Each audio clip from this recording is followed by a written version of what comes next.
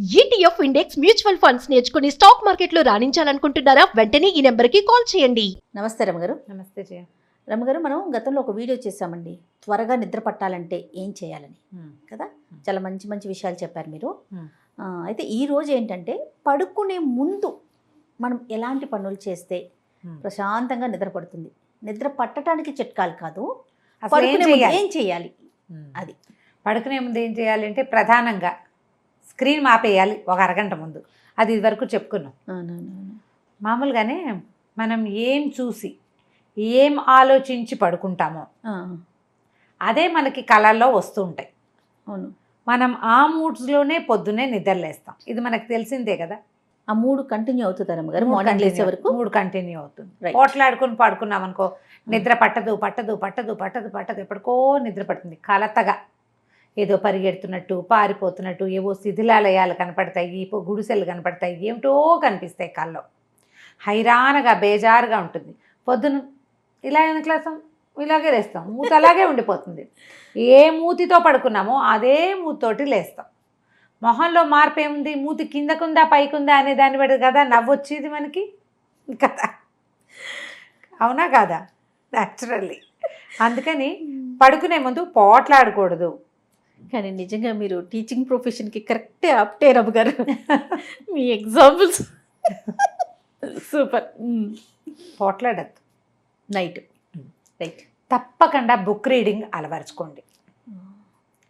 స్క్రీన్లో చదవద్దు. నేను అదే చెప్తున్నా కానీ నిజంగా నేను చెప్తున్నా కానీ నా దగ్గర ఉన్న పుస్తకాలు ఇంచుమించు కానీ చదివేసుకున్నాను. అయిపోయిన పుస్తకాలు లేవు. బుక్ ఎగ్జిబిషన్ తెచ్చిన పుస్తకాలన్నీ అయిపోయినాయి. ఇప్పుడే ఇప్పుడెక్కడ అవి ఉన్నవే చదివితే మనకు కొత్త కంటెంట్ రాదు కదా. అందుకని నేను స్క్రీన్లో చదవాల్సి వస్తుంది. కానీ బుక్ స్క్రీన్ కంటే బుక్ మంచిది. చిట్టి పొట్టి పిల్లలు ఉంటే పిల్లలతో పాటు కూర్చుని ఏదైనా ఒక పుస్తకం చదవండి. ఇది చెప్పడానికి ఏదో సినిమాటిక్ వేషంగా ఉంటుంది, కానీ నేను చాలా సినిమాటిక్ వేషాలు ఆల్ సినిమాటిక్ అని చెప్పేస్తా. బట్ దీన్ని మాత్రం సినిమాటిక్ జెస్చర్గా నేను చెప్పను. ఇది ఎంత ఉపయోగపడుతుందంటే మీకు, అంటే గట్టిగా చదువుకుంటూ ఉంటే వాళ్ళు కూడా వినేలాగా.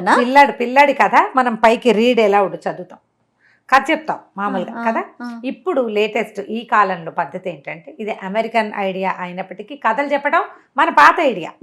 కథ చదవటం, బుక్ చదవడం ఇంగ్లీష్ వాళ్ళ ఐడియా.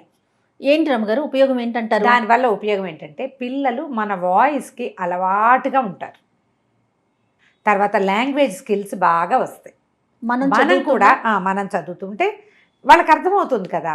వాళ్ళతో పాటు మనం కూడా కథలోకి ప్రయాణిస్తాం. సాధారణంగా పిల్లలకి చదివే కథలు ఏమంటే, వాడు కొట్టాడు, వీడు చంపాడు, వీడు పరిగెత్తాడు, పారిపోయాడు చదవం కదా. ఓ ఎలుగుబంటి, ఓ కుక్క పిల్ల, ఒక ఇది, వాడు తిన్న తర్వాత చక్కగా నడిచాడు, చాలా బుద్ధిమంతుడయ్యాడు, హ్యాపీలీ లివ్డ్ ఎవర్ ఆఫ్టర్ అని చదువుతాం. అంతే కదా. ఫెయిరీ టైల్స్, చక్కటి కథలు చదువుతాం, నీతి కథలు, బుద్ధిమంతమైన కథలు.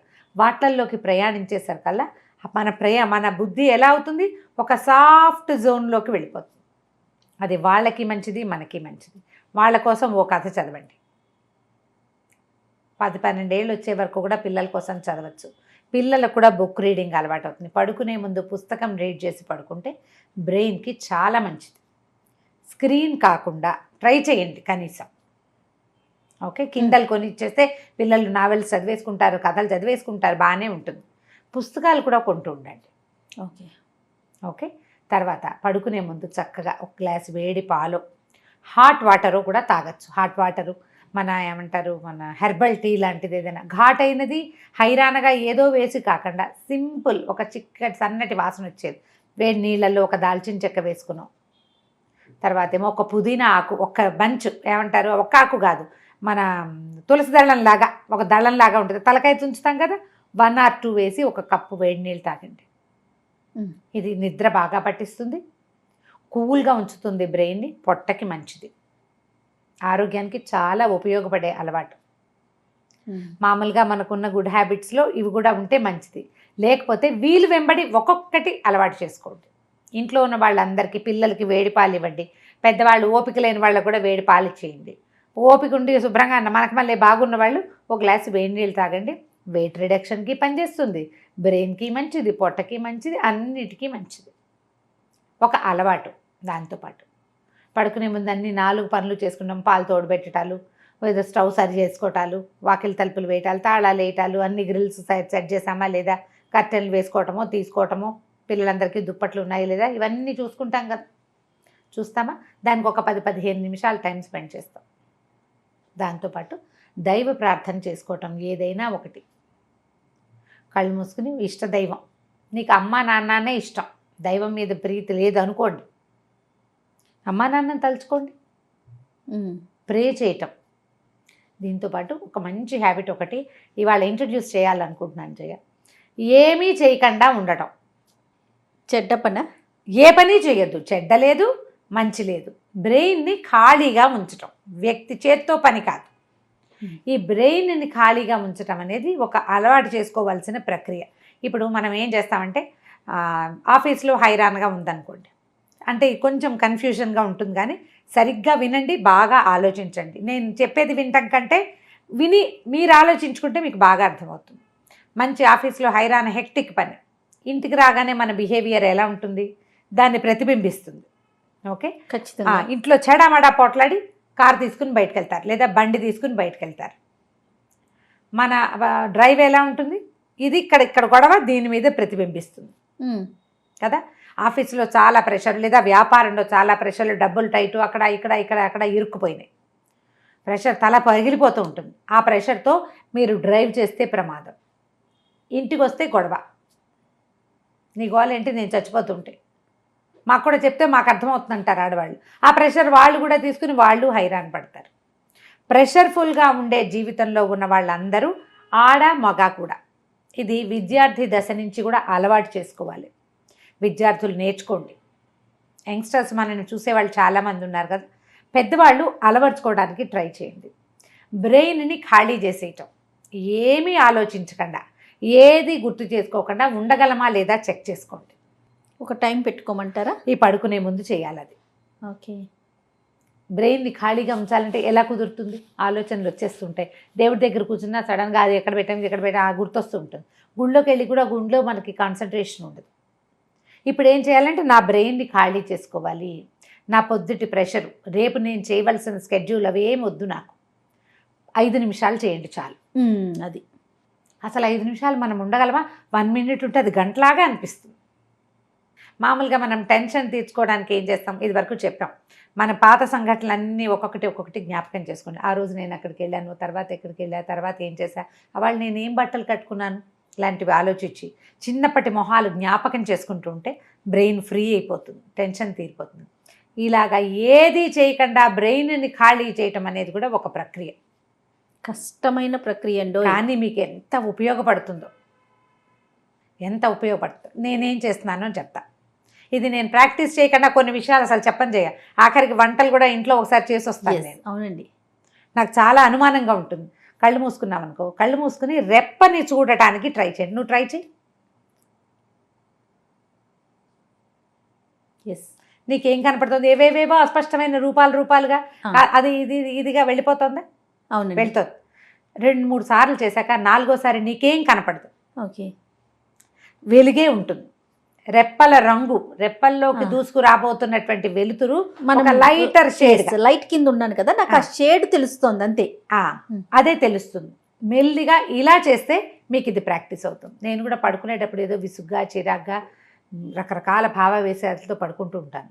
ప్రతిరోజు కాదు, అప్పుడు ఈ ప్రాక్టీస్ కనుక చేస్తే, ఇది నేను ఎక్కడైనా చదివి చూసింది కాదు, నేను యథాలాపంగా చేస్తుంటే నాకేంటి రెప్ప ఇలా కళ్ళు చూస్తుంటే ఏమిటో కనపడుతున్నాయి అనిపించింది మొదట. 4 సార్లు 5 సార్ల తర్వాత నేను ఏమీ చూడకుండా ఉండగలనని నాకు అర్థమైంది. మనసు కూడా ఆలోచించట్లేదు రమ్మగారు, ఆలోచించదు, కామ్ డౌన్ అయిపోతుంది, కాన్సన్ట్రేషన్ అక్కడే ఉంటుంది. ప్రయత్నం చేసి చూడండి. యోగ సాధనలో ఇదొక రకపు ప్రక్రియగా తెలుసుకోండి. రైట్, ట్రై చేయండి. ఇప్పుడు ఇది కూర్చుని టీవీ దగ్గర అక్కడ చేయలేకపోతారు, మంచం మీద పడుకున్నప్పుడు చేయండి. రేపు ఏం చెయ్యాలి అనేవి ఆలోచించుకోండి ముందు. ఇది చివరిది. దీనికంటే ముందు రేపటి స్కెడ్యూల్, ఫ్యూచర్ ప్లాన్, రేపటి ప్లాన్ ఏంటి. ఆడవాళ్ళే మనం ఏం చేస్తాం, మనకి ప్రాక్టీస్ ఉంటుంది. రేపు ఏం కూర చేయాలి, కూర తీసి బయట పెట్టుకోవటము, ఇడ్లీ పప్పు పోసుకోవటము, దోశకి ఇంకేదో బియ్యం పోసుకోవటము, లేకపోతే ఏదో వెరైటీ టిఫిన్ అయితే దానికి కావాల్సిన పప్పులు ఉప్పులు అన్నీ చేసుకోవటం చేస్తామా. అట్లాగే మగవాళ్ళు పిల్లలు కూడా రేపు స్కూల్ గురించి పిల్లలకి అట్లా రేపు ఏం చేసుకోవాలో ప్లాన్ చేసుకో అని చెప్పండి. మగవాళ్ళు ఇట్లా స్కెడ్యూల్ ప్లాన్ చేసుకోండి. చేస్తే మీ రాత్రి చాలా బాగా గడుస్తుంది. సూపర్. ఇది అలవర్చుకోవాల్సిన విషయాలు. ఇప్పుడు మనం చాలా మార్చుకున్నాం ఈ 2 ఏళ్లలో కదా, చాలా చాలా మారాం, చాలా పద్ధతులు మార్చేసుకున్నాం. అలాగే ఈ వస్తున్న మన మీదకి దూకేటువంటి స్ట్రెస్ని, ప్రెషర్ని, విరుద్ధమైన నానా రకాల భావజాలాల్ని, ప్రపంచం వైపు నుంచి వచ్చేటువంటి రకరకాల ఆకర్షణలు, రకరకాల వ్యవహారాలు, వ్యామోహాలు, ఇబ్బందులు, కష్టాలు, వీటన్నిటిని అధిగమించి మనదైన ముద్రతో మన కాలి ముద్రల్ని మనం చూసుకుంటూ ముందుకెళ్ళాలంటే మనకొక ప్రత్యేక పంధా ఉండాలి. ప్రతి వాళ్ళకి మనం ఎథిక్స్ పెట్టుకుంటాం, ఎవరి పద్ధతి వాళ్ళది. మన కొన్ని అభిప్రాయాలు ఉంటాయి, మన పద్ధతి ప్రకారం వెళ్తాం. పద్ధతులు మీరి ప్రవర్తించకూడదు అనుకుంటాం. అందరూ చేయరు, ఎలా పడితే అలా ఉండేవాళ్ళు ఉంటారు. అవునవును. కానీ వాళ్ళకు కూడా కొన్ని పద్ధతులు ఖచ్చితంగా ఉంటాయి. మనిషి అన్నవాడు తనకొక పద్ధతి ఉంటుంది, వాడికి ఒక అలవాటు ఉంటుంది, ఒక విధానం ఉంటుంది ప్రతి వాళ్ళకి. అది మంచో చెడో మిగిలిన వాళ్ళకి నచ్చిందో సమాజం ఆమోదిస్తుందో లేదో అది వేరే సంగతి. కానీ మనదైన ఒక ఇది ఉంటుంది కదా, ఆ మనదైన ముద్ర సరైన ముద్ర అయ్యేలాగా చేయాలంటే, ఆ ముద్రని ఇంకొకడు ఇమిటేట్ చేయాలంటే దీన్ని కొన్ని పద్ధతులను ఏర్పరచుకోవాలి. అందులో ఇలాంటివి కొన్ని ఉంచుకోవాలి. దీనివల్ల మన కుటుంబం బాగుంటుంది. కొన్ని కుటుంబాల సమాహారమే సమాజం కదా, అంతే కదా. అంతేనండి. సో సమాజం అంతా కూడా క్రమంగా బాగుపడుతుంది. మీరు కనుక ఇలాంటి పద్ధతులు ఉన్నవాళ్ళు, ఒక ఆఫీసర్ అయితే మీ మిగిలిన సబార్డినేట్స్ దాన్ని నేర్చుకుంటారు. ఏంటి ఈయన ఇట్లా పొద్దున్నే ఫ్రెష్గా కనపడతాడు, మనం ఎందుకు ఫ్రెష్గా కనపడలేదు అని ఆలోచిస్తారు. ఏదో ఒక రోజు అడుగుతారు, చెప్తావు నువ్వు. సగం మంది కనీసం బాగుందనుకుంటారు, మిగిలిన ఆటో చెప్తున్నాడు అనిపిస్తుంది. ఇప్పుడు నేను చెప్తే నీకు అనిపిస్తుంది కదా, అలాగే అంతే. ఇన్వాల్వ్ అయిపోవటమే. కొంతమంది ఇన్వాల్వ్ అవుతారు. ఇన్వాల్వ్ అవ్వటమే కాదు రమ్మగారు, ఆచరించాలి, చెయ్యాలి. ఇప్పుడు కదా నిజమైన సక్సెస్ మనం చూడగలుగుతాం. చెయ్యాలి. నాకు చెప్పాలనిపిస్తుంది. అయ్యగారి వసంతలక్ష్మి గారిని కథలు చదువుతారు, యూట్యూబ్ ఛానల్ ఉంది ఆవిడది. ఆవిడ ఏంటంటే మంచి వాయిస్ ఆర్టిస్ట్ అనమాట, చాలా చక్కటి కంఠం, పెద్దవారు నాకంటే. ఆవిడ చెప్పారు ప్రతిసారి రోజు, ఇప్పుడు కొంచెం ఒంట్లో బాగోలేదు, ఇదివరకు మేము మొదట మాట్లాడినప్పుడు నాకు చెప్పారనమాట, రోజు పొద్దునే లేవగానే రమగారు ఇలాగే కదా చెప్పారు అని ఒకసారి వానవాలప తిరుగుతున్నాను నేను అని. నిజం, సూపర్. ఆవిడ చెప్పింది ఇప్పుడు ఇది విని నేను చెప్పింది చెప్పావా అనాలన్నమాట. గుర్తు చేసుకుని నేను చెప్పిన మాట, ఇప్పుడు నేను చెప్పింది నచ్చింది నీకు, అవును, ఇందులో నా గొప్ప కాదు, నేను చెప్పిన మాట నీకు నచ్చటంలో ఉంది, అది దాన్ని నువ్వు అర్థం చేసుకోవటంలో ఉంది. నువ్వు చెప్పటం ఎందుకు మాకు అంటే ఇక నేను చెప్పేది ఏం లేదు, ఇంకా చెప్పేది లేదు, వినేది లేదు. ఎవరైనా చెప్పిన మాటలోంచి మంచిదనాన్ని తెలుసుకోవటం ఎట్లా, అది నేర్చుకో. అది నేర్చుకుంటే ఆటోమేటిక్గా వస్తుంది. నిద్రపోయే ముందు ఈ పద్ధతిని అలవర్చుకోండి.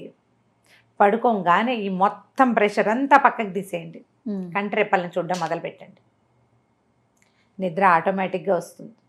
క్రమంగా మీకు ఆ వాక్యూమ్ ఏమీ లేని ఒక ఖాళీ తలలో బ్రహ్మాండమైన నిద్ర పడుతుంది. పొద్దుటికి ఫ్రెష్గా యాక్టివ్గా లేవగలుగుతారు. రాత్రి ప్రెషర్ మిమ్మల్ని బాధించదు. ఇది అలవాటు చేసుకుంటే డ్రైవింగ్లో కూడా మీరు ఆ ప్రాక్టీస్ చేయగలుగుతారు. అప్పుడు కళ్ళు మూసుకోక్కర్లా, మీకు అలవాటు అవుతుంది. ఈ ఆఫీస్ ప్రెషర్ అంతా డ్రైవింగ్లోకి రానివ్వరు మీరు, జీవితం ఈజీగా ఉంటుంది కదా. మరి ట్రై చేసి చూడండి. అద్భుతమైన టిప్స్ చెప్పారు రమ్మగారు, చాలా బాగున్నాయి. కానీ సోషల్ మీడియా పుణ్యమా అంట, ప్రతి ఒక్కరి చేతుల్లోకి మనం వెళ్ళిపోతున్నాము, మనం చెప్పగలుగుతున్నాము. సో ఇలాంటి మంచి మంచి విషయాలు తెలుసుకోవటానికి, మీరు చెప్పటానికి, మేమంతా తెలుసుకోవటానికి చాలా ఉపయోగపడుతుంది అనుకోవాలి రమ్మగారు. అవును. నమస్తే అండి. నమస్తే జయ.